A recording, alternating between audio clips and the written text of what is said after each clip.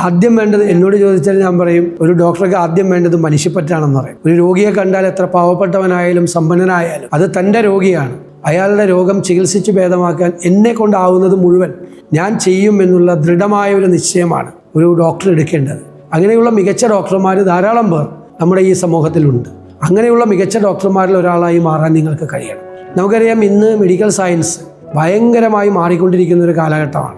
Yuval Nova ഹരാരയുടെ പുസ്തകത്തിലൊരു coating ഞാൻ എപ്പോഴും ആവർത്തിച്ച് പറയും. കാരണം അദ്ദേഹം ചോദിക്കുന്നുണ്ട്, ഈ കഴിഞ്ഞ നൂറ്റാണ്ടിൽ മനുഷ്യൻ്റെ ആയുസ് എത്രയായിരുന്നു എന്ന്.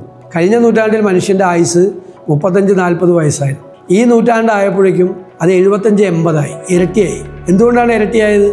മെഡിക്കൽ സയൻസിൻ്റെ വളർച്ചയാണ്. അപ്പോൾ അദ്ദേഹം ചോദിക്കുന്നത്, അങ്ങനെയാണെങ്കിൽ അടുത്ത നൂറ്റാണ്ടിൽ മനുഷ്യൻ്റെ ആയുസ് എത്രയായിരിക്കും എന്നാണ്.